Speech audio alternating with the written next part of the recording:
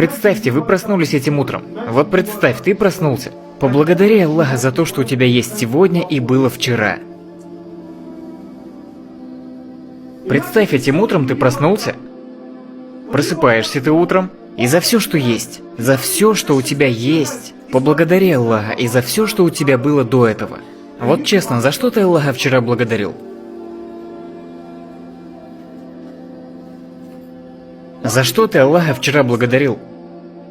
Мы стали неблагодарными. Мои глаза всегда к вещам прикованы. Я всегда смотрю на то, чего у меня нет. Всевышний Аллах столько всего дал нам.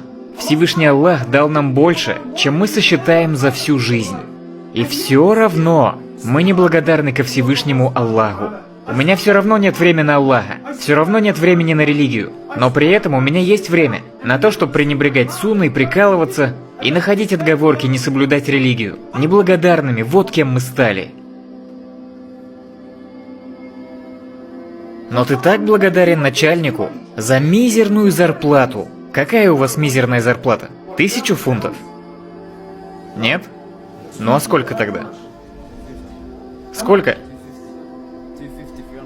В неделю? Столько зарабатываете? Серьезно?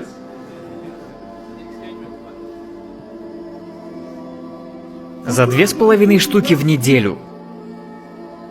Многие, очень многие стали рабами своих начальников. Рабами. Тебе к 7, но ты прибегаешь к без 10 7, чтоб не опоздать, не дай бог. Утром к 4 подорваться, нет проблем. Что бы тебе начальник ни сказал, ты рад ему служить. За жалкие 2,5 штуки в неделю. 8 часов, 10, 12. Я знаю людей, которые 16 часов в день работают. За что? За пару сотен фунтов. Хотя царь царей, тот, кто жизнь дал тебе, тот, кто тебе душу дал, тот, кто дал тебе тело, кто дал тебе глаза, чтобы видеть, кто дал уши, чтобы слышать, тот, кто, субханаллах, дал тебе абсолютно все, что у тебя есть, тот, кто отца тебе дал, мать, религию, веру, единобожие, тот, кто дал тебе все, кто позволяет тебе утром просыпаться, засыпать ночью, тот, у кого твое сердце спрашивает разрешение. Каждый раз, когда сердце твое бьется, оно спрашивает разрешение у Аллаха и получает его. И Аллах тебя не подводил.